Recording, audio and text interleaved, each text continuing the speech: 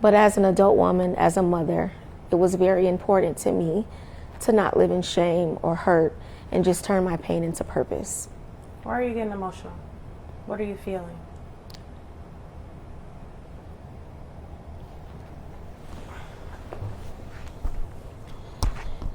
So many people still blame me for what took place.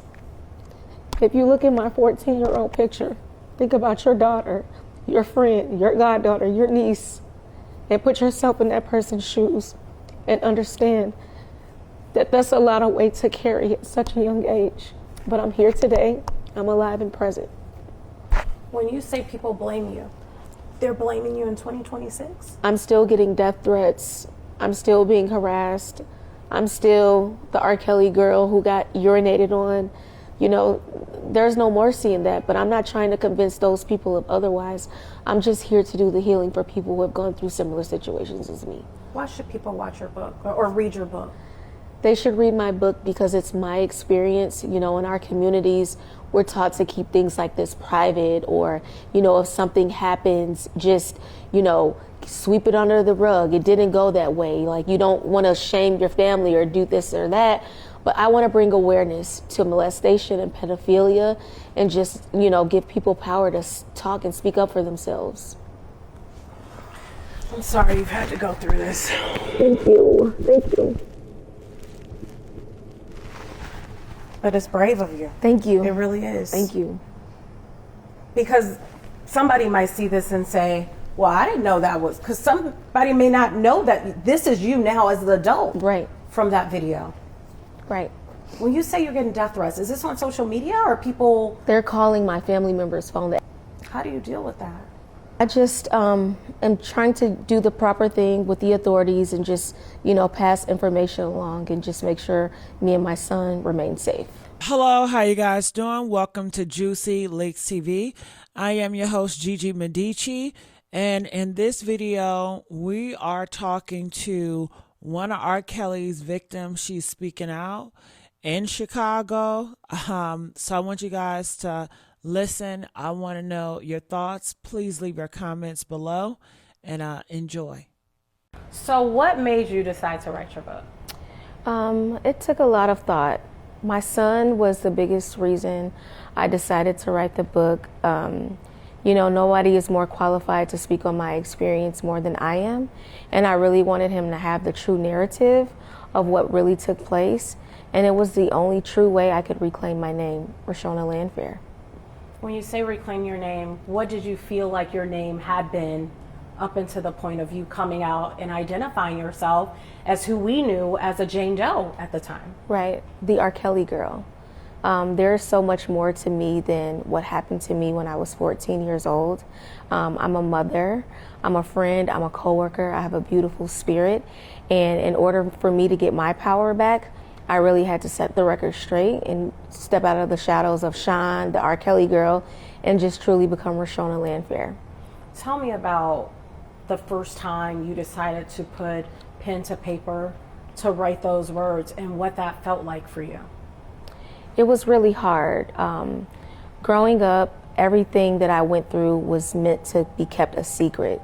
It was like, you know, breaking code to speak on anything. So I didn't have the opportunity to really journal because I couldn't even be true to my journal or my diary. So it was difficult to confront a lot of things that I had compartmentalized. How old are you now versus when all of that started happening to you?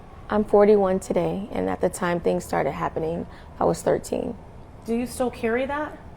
Yeah. What do you do to work through those feelings? Just forgiving myself, just really, you know, a lot of prayer, a lot of deep thought, talking to friends and family, and surrounding myself by positive energy. Do you remember where you were and how you first met R. Kelly? Yes, I first met him at one of our shows. He came to like a church show, and I was mesmerized. Because you wanted to be a singer, a star? What were your I was aspirations? I was in a singing group at the time, very popular overseas. We did a lot of great work. We had a lot of cover songs. So, you know, Robert and I had a lot in common. He played basketball at the time. We were all at like the peak of our careers. He was a rising star. So I was, you know, really excited to meet him. When did you realize, after all of the abuse that you endured at the hands of R. Kelly, that you were put on public display by way of a video? When did you realize your face was shown and people around the city of Chicago had seen this tape of you? I was about 17 years old. I was devastated when I found out. I was very scared. I did not want that person to be me. Did that change your childhood, your upbringing at 17, based on this video being out there? And then if it did, how did it change everything? It changed my life overall, even today as a 41-year-old woman. It started at a very young age, but it still carries with me today. And it was really hard during that time because I was a child. So being bullied and being laughed at and being made a mockery, you know, was more difficult. But I'm here and I can speak clearly today because I'm fully developed mentally and I know how to accept those words. When R. Kelly went to trial here in Chicago, we knew you as Jane Doe at the time. Mm-hmm. What happened? Why did anybody advocate for you? Did anybody speak out for you? Not many people advocated or spoke out. A lot of people were operating out of fear or not wanting to lose their jobs or, you know, just kind of sweeping it under the rug like, you know, things weren't happening. It was like a turn the other cheek thing. Robert Holt held a lot of power, you know, in the community, in the industry. So it was more so just convincing themselves that it wasn't happening as well. Did you ever expect that tape would be seen? I mean, that's child pornography. Right. Did you ever expect that tape to be seen in the public? Did you even know he was recording? I did know he was recording because that was one of, mostly all of his sex acts were recorded.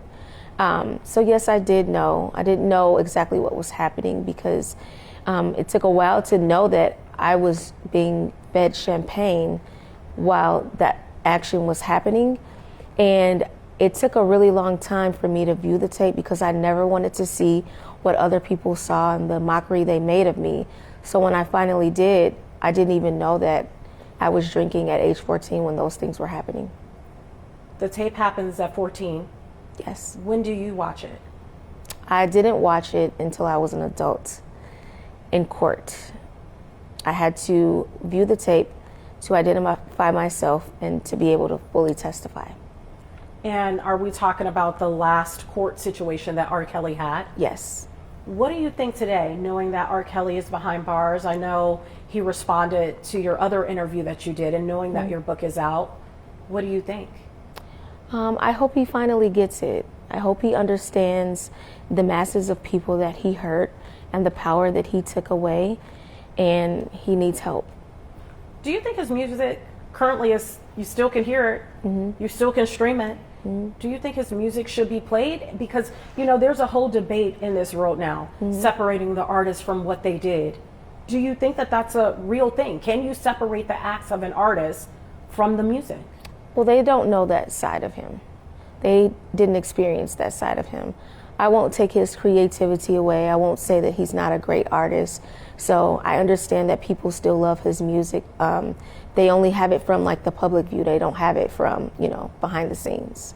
What did you have to go through to get to this point, to be vocal and identify yourself? You come out as you being that person in that video.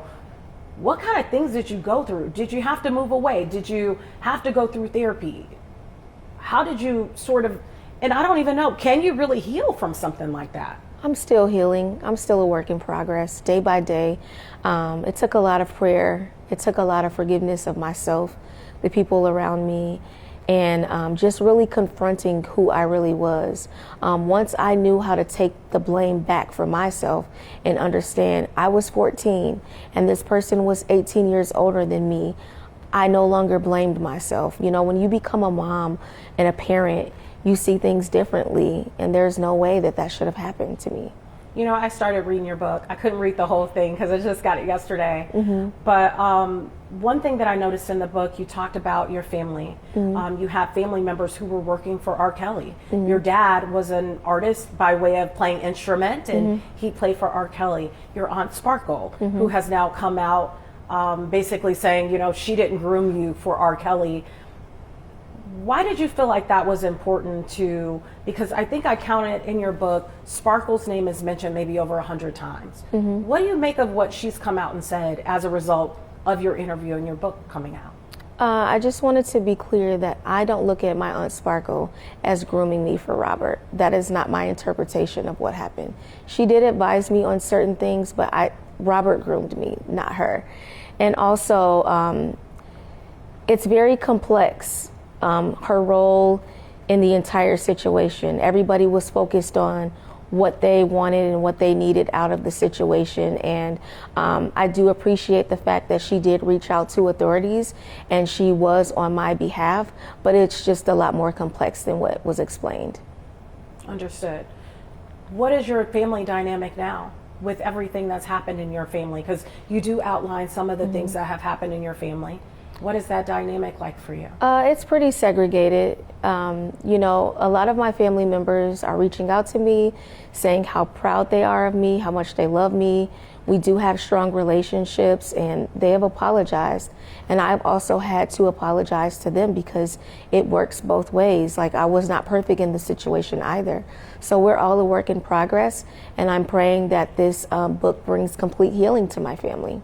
You know, I followed everything R. Kelly well before he was actually convicted and found guilty of everything. And one thing I always heard people say, and this was an allegation, they would say these families were paid. They were paid. They knew what was going on. Is that true for your family? That is not true for my family. Robert was taking care of my family at a point in time because they had to leave their jobs from threats and being harassed, and we didn't have the resources needed to abstain a healthy lifestyle with everything that we were going on. Things that I received from Robert were gifts when I was in a situationship with him. So there was never any, you know, financial incentive to, you know, sugarcoat things or make things okay. It was literally a survival. What made you come out now? There never would have been a good time. But as an adult woman, as a mother, it was very important to me to not live in shame or hurt and just turn my pain into purpose. Why are you getting emotional? What are you feeling?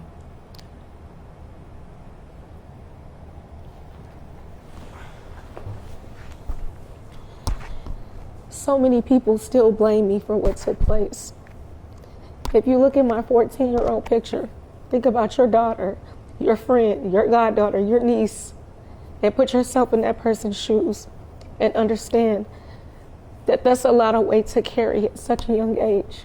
But I'm here today. I'm alive and present. When you say people blame you, they're blaming you in 2026? I'm still getting death threats. I'm still being harassed. I'm still the R. Kelly girl who got urinated on. You know, there's no mercy in that, but I'm not trying to convince those people of otherwise. I'm just here to do the healing for people who have gone through similar situations as me. Why should people watch your book or read your book? They should read my book because it's my experience. You know, in our communities, we're taught to keep things like this private, or, you know, if something happens, just, you know, sweep it under the rug. It didn't go that way. Like, you don't want to shame your family or do this or that. But I want to bring awareness to molestation and pedophilia and just, you know, give people power to talk and speak up for themselves. I'm sorry you've had to go through this. Thank you. Thank you. But it's brave of you. Thank you. It really is. Thank you. Because somebody might see this and say, well, I didn't know that was, because somebody may not know that this is you now as an adult. Right. From that video. Right. When you say you're getting death threats, is this on social media or people? They're calling my family members' phone. How do you deal with that? I just, am trying to do the proper thing with the authorities and just, pass information along and just make sure me and my son remain safe. That was one of the things people said is like when they felt like they would talk, they felt like they would say something, Robert's goons would show up. Do you think these are still Robert's goons, or do you think this is just fans of R. Kelly? I think it's diehard fans. Hopefully people around him now are holding him accountable. Perfect. Anything else you want to say? I do have a not-for-profit, Project Refine. It's a mentorship geared towards young girls who have gone through similar situations. I want to expand with like single mothers and just really give back. That's my passion. Perfect. And your book, is it available now? Can anybody get it? Yes, it's available now. It's on Amazon and a few other digital platforms.